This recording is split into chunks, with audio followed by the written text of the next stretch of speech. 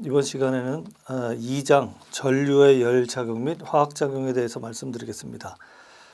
전류가 저항을 통과할 때는 에너지를 소비하게 되는데, 그때 열 또는 빛의 에너지로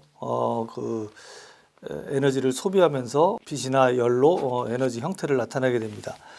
모든 물질이 전기적인 성분을 갖고 있기 때문에 전류가 그 물질을 통과하는 데는 반드시 이제 열이 발생을 합니다. 만약에 저항이 없이 초전도체의 성질을 가지고 있다 그러면 저항 없이 전류가 이동을 하기 때문에 그때는 열이나 빛 등의 에너지 발산을 안 하겠죠. 그런데 이제 일반적으로는 저항 성분을 다 가지고 있기 때문에 그때 에너지를 열의 형태로 발산하게 됩니다. 그때 열을 보통 주울열이다 이렇게 얘기를 합니다. 지난번에 우리가 전력이라는 거를 얘기했을 때 전력 P는 일정 시간 동안에 1초 동안에 소비하는 일의 양이다. 그래서 줄 세크, 줄 퍼 세크 이렇게 얘기를 했습니다. 얘가 이제 와트가 되는데, 다시 말하면 어떤 시간 동안에 한 일의 양은 전력에다가 시간을 곱한, 그래서 얘가 와트 세크가 됩니다. 와트 세크. 그래서 결국은 와트 세크가 또 줄하고 같다는 의미가 되겠죠. 그래서 그 보통의 전력량 그러면은 전력에다가 시간을 곱한 그런 형태로 나타나게 됩니다. 여기에서 이게 일정 시간 동안에 소비하는 전력의 양을 합쳐서 전력량이다라고 얘기를 하는데, 요거는 일의 단위죠. 그런데 이 일이 얼마만한 열량으로서 나타나느냐, 결국은 열량이라는 거는 일하고 관계가 됩니다. 이제 사람이 먹는 음식도 뭐 1000kcal를 먹느냐, 뭐 500kcal를 먹느냐, 그것이 결국 일할 수 있는 원동력이 되는 것처럼 일은 결국 칼로리하고 상관이 있습니다. 그래서 이 일을 열량이라는 단위로 바꾸려면, 열량 칼로리로 바꾸려면 여기에서 요게 이제 P가 VI고 VIT가 되고 얘가 I제곱 RT가 됐어요. 요게 이제 결국 일이었는데, 열량으로 바꾸면 이 앞에다가 0.24를 곱해서 I제곱 RT가 되면 이 단위는 칼로리로 바꿉니다. 이제 줄의 법칙인데, 그래서 요 공식으로 줄의 단위를 칼로리로 환산을 할 수 있게 됩니다. 그래서 이 정도의 일을 하려면 이 정도의 칼로리는 가지고 있어야 된다. 거꾸로 이 정도의 칼로리를 가지고 있으면 이 정도의 일을 할 수 있다. 그래서 서로 왔다 갔다 하는 상호 간의 관계가 맺어집니다. 여기에서 요 열량을 전류와 저항과 시간과의 관계로 이 열량을 나타냈다면, 다른 식으로 MCT 해서 여기에 질량과 비열과 온도로 이 열량을 다시 표현할 수 있겠습니다. 그래서 요 두 가지 공식을 열량으로서 여러분들이 좀 기억을 하시면 좋을 것 같습니다. 그래서 열과 전류와의 관계에서 첫 번째 에너지, 일과 열량과의 관계를 나타내는 주울의 법칙에 대해서 알아봤습니다. 두 번째로 열과 전기와의 현상, 열전 현상에 대해서 설명을 드리겠습니다. 열전 현상은 뭐 여러 가지 열전 현상이 있는데, 소방 분야, 특히 소방 전기 분야에서 주로 많이 얘기가 되는 게 세 가지가 있습니다. 하나는 지백 효과, 재백 효과라고 하는 것과, 두 번째는 펠티의 효과, 세 번째는 톰슨 효과, 이렇게 세 가지가 있어요. 주로 많이 얘기가 되는 거는 재백 효과 또는 지백 효과 그렇게 얘기하는데, 재백 효과 또는 지백 효과 이렇게 얘기합니다. 이 재백 효과가 소방에서 열 감지기의 센서로 쓰이는 열전대의 원리가 되기 때문에 이 재배력 효과에 대해서 주로 많이 언급이 됩니다. 그래서 첫 번째로 재배력 효과에 대해서 말씀을 드리면 두 개의 서로 다른 금속선, 예를 들어서 A라는 금속선과 B라는 금속선 두 개를 환상으로 결합합니다. 이렇게 휘어서 두 개의 선을 이렇게 결합을 시키는 거예요. 그러면 이쪽 지점 P1이라는 점과 P2라는 점에 만나는 점이 생기는데, 이때 이 양쪽 끝 중에 한 점에다가 가열을 합니다. 그러면 이쪽에 온도가 올라가겠죠. 이쪽의 온도, 상대적으로는 이쪽에 저온이 되고 이쪽에 고온이 되겠죠. 여기다가 가열을 시켜주면 고온에서 저온으로 이동하는 기전력이 발생을 한다. 즉 전류가 이동을 하기 시작한다 그럽니다. 그래서 전류가 어떤 한 지점에 두 개의 금속선을 환상으로 결합한 상태에서 한쪽 끝점에다가 온도를 올려주면 기전력이 발생을 해서 전류가 흐르게 된다 하는 현상을 재배력 효과다 이렇게 얘기합니다. 이 재배력 효과에 의해서 이렇게 만들어진 소자를 열전대 소자 이렇게 얘기를 합니다. 이 열전대 소자가 열전대식 열 감지기의 센서 역할을 하게 되는 겁니다. 그래서 소방에서 열과 기전력의 관계에서 열 감지기의 센서로 쓰이는, 특별히 열전대식 감지기의 센서로 쓰이는 열전대는 어떤 효과를 이용한 것이냐, 어떤 현상을 이용한 것이냐 그러면 재배력 효과 또는 지배력 효과 이렇게 얘기하면 됩니다. 좀 전에 말씀드린 대로 요거와 다른 게 펠티의 효과라고 있어요.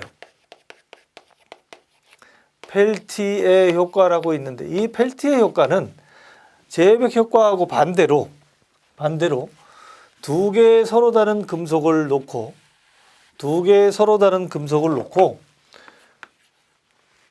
환상으로 결합한 거는 똑같고 한쪽 끝점에 가열을 하는 게 아니라 이 금속선에 강제로 전류를 흘립니다. 기전력을 가해서 강제로 전류를 흘려요. 강제로 전류를 흘리면 한쪽에서는 발열을 하고 한쪽에서는 열을 흡수하는 작용을 해요. 그렇게 되면 아까와는 반대로, 아까는 열을 가하면 전류가 흘렀는데 이번엔 전류를 흘리니까 발열을 하고 흡열을 한단 말이죠. 그러니까 이거는 이렇게 공간을 나누어 보면 이쪽에서 열을 흡수해서 이쪽으로 열을 발산하는 꼴이 되죠.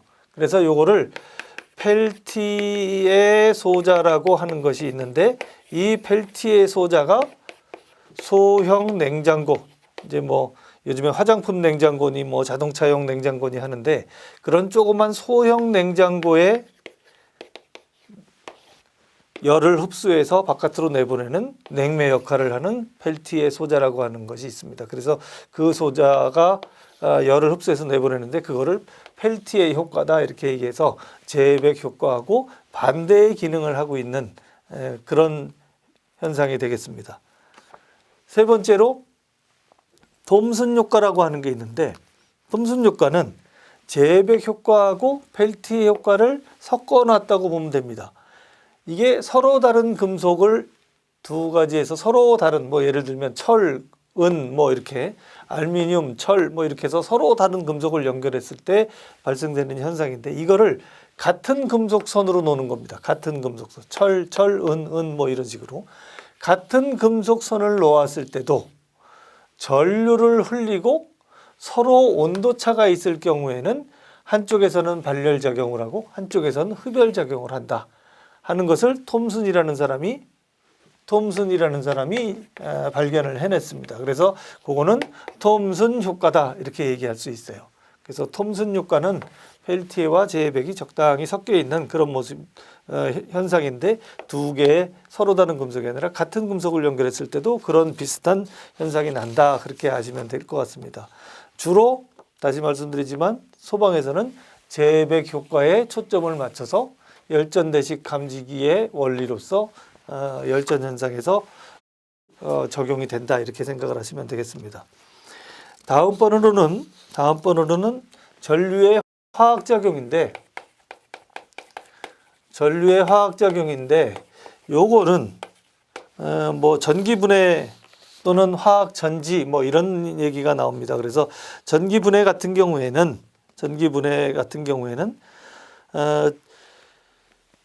물 속에 금속을 집어넣고 양전하와 음전하의 전류를 흘리면은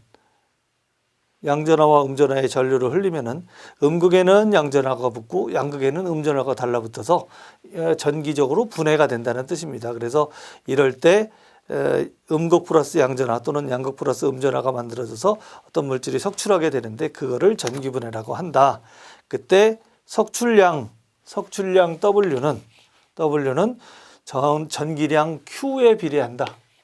Q 쿨롱에 비례하게 된다 하는 것과 W는 KEIT 또는 KEQ, KQ 이런 식으로 공식이 만들어지는데 이 공식을 응용해서 뭐 문제를 풀거나 그런 경우는 거의 없습니다. 공식만 한번 살펴봐 두고 눈에 익히시면 될 것 같습니다. 그 다음에 화학 전지 부분에서 화학 전지는 원래는 전지가 두 종류입니다. 1차 전지, 2차 전지. 1차 전지는 한 번 쓰고 재사용을 못하는 거. 2차 전지는 한 번 쓰고 또 방전되면 충전해서 다시 쓰고 충전해서 다시 쓰고. 여러분들이 보통 말하는 충전지, 배터리 이런 것들이 다 2차 전지인데 소방에서 전지, 2차 전지 뭐 그러면 주로 비상용으로 많이 쓰이는 축전지가 되는데 그래서 축전지의 의미로서 2차 전지를 많이 얘기를 합니다. 1차 전지는 뭐 망간전지, 뭐 공기전지, 수은전지 여러 가지가 있지만 2차 전지를 주로 우리가 배터리에 포함해서 얘기를 하는데 2차 전지도 납축전지와 알카리전지 이렇게 두 가지로 나누는데 납축전지는 좀 크고 거칠고 대형인 경우에 많이 쓰고 알카리 축전지는 좀 소형이면서 정밀하면서 그런 곳에 많이 쓰이는 것이 알카리 전지입니다. 이 중에서도 알카리 전지에서도 특히 소방에서 많이 쓰이는 것은 니켈 카드뮴 전지가 많이 쓰입니다. 그래서 니켈 카드뮴 전지가 소방에서 쓰이는 축전지, 비상용 축전지라고 이해를 하시면 될 것 같습니다. 그래서 소방용에서 2차 전지, 축전지의 종류를 쓰시오 그러면 니켈 카드뮴 전지를 쓰시면 정답이 되겠습니다. 그래서 주로 전지에 대해서 많이 나오는 거는 납축전지 아니면 알카리 전지인데 이 두 가지의 특징을 비교하는 부분이 좀 많이 나옵니다. 그래서 여기에 보면 우선 여러분들 교재에 보면 납축전지는 기전력 부분에서 2.0V에서 2.8V, 공층전압은 2V 이렇게 되어 있는데 기전력은 이제 전지를 표시할 때는 보통 이렇게 전지의 모양을 그리게 되면 이쪽에 이제 전압이 나오게 되는데 요 안에 보면 내부 저항이 있고 기전력 부분이 있어요. 그래서 기전력이라고 하는 거는 여기 전지 내부의 전압 발생 부분, 이 부분에서 기전력이 0.5V, 2.08V 이렇게 나오는 거고 단자 전압을 내부 저항에서 만들어지는 전압 강화를 뺀 나머지가 이쪽에 나오게 되는데 공칭 전압이라고 하는 거는 보통 일반적으로 전압의 어떤 외부적으로 표현하는 방법입니다. 예를 들어서 220V, 110V, 380V 이러면 실제로는 220V를 측정을 하면 정확하게 220V가 나오질 않아요. 뭐 215V, 225V도 나올 수 있고 뭐 많을 때는 230V가 넘어갈 때도 있고 그런데 통칭적으로 그걸 220V다 이렇게 얘기하는 거죠. 그러니까 공칭전압이다 그러면 그 전압의 종류를 표현하기 위한 일반적인 표현법이다 이렇게 생각하시면 되는데 대체적으로 납축전지는 공칭전압을 2V로 잡고 알카리 전압은 1.2V 정도로 잡습니다. 그런데 알카리 전지도 내부적으로 기전력 부분은 1.32에서 1.35V의 전압을 갖게 되는데 이걸 통칭해서 1.2V짜리 알카리 공칭전압이다 이렇게 얘기하고 납축전지는 2V다 이렇게 얘기를 합니다. 그래서 공칭전압 부분도 한 번씩 봐주면 좋을 것 같고 납축전지와 알카리 전지의 그 충방전식이 여러분들 교재에 나와 있는데 그거는 어느 공식을 이제 객관식으로 이렇게 사지선다로 나왔을 경우에 요거를 고르시오 하는 문제가 가끔 나옵니다. 그러니까 납축전지의 충방전식 또는 알카리 축전지의 충방전식을 한번 봐두면 좋겠습니다. 그 알카리 전지의 축전지는 니켈 카드뮴 전지의 충방전식이 됩니다. 그래서 그 충방전식을 잘 봐두시고 틀린 것을 고르시오 또는 맞는 것을 고르시오 하는 부분이 나오니까 여러분들 좀 잘 봐두시면 좋을 것 같고, 납축전지는 앞에서도 말씀드린 대로 주로 대용량에 주로 많이 쓰인다 하는 것을 기억을 해두시면 좋을 것 같고, 알카리 축전지는 니켈 카드뮴 전지가 소방용에 많이 쓰이는데 과충전 또는 과방전, 진동 등에 강하고 자기방전이 적고 충전 시간이 빠르다. 그래서 주로 많이 쓰인다 이렇게 생각을 하시면 되겠습니다. 그리고 또 하나 이제 전지를 직렬 연결하고 병렬 연결하는 부분이 있는데 어떤 문제에서 전지가 직렬 연결됐다 병렬 연결됐다 하고 전지라는 말이 나오면 꼭 이 그림을 생각을 하세요. 그래서 직렬 연결됐다 그러면 전지 두 개가 이런 식으로 직렬 연결되어 있는 거고, 병렬 연결됐다 그러면 전지 두 개가 뭐 이런 식으로 병렬 연결되는 거겠죠. 이렇게 마이너스는 마이너스대로 플러스는 플러스대로 이렇게 이런 식으로. 그런데 요 안에서 봐둬야 될 게 뭐냐면 요 안에 반드시 내부 저항이 있고 기전력 부분이 있다. 여기도 내부 저항이 있고 기전력 부분이 있고 여기도 내부 저항이 있고 기전력 부분이 있고 이렇게 내부 저항을 반드시 기억을 해둡니다. 스몰 r로 보통 표시를 하는데 요 내부 저항이 있다는 겁니다. 그래서 여기에서 외부에다가 이제 부하를 하나 이렇게 걸어 놓으면 여기가 E1 여기가 E2 전지 1, 2가 있으면 여기가 R2고 여기가 R1이 돼요. 그렇게 되면 여기 흐르는 전류를 구하시오 그럴 때는 항상 내부 저항을 고려를 해서 구하는 겁니다.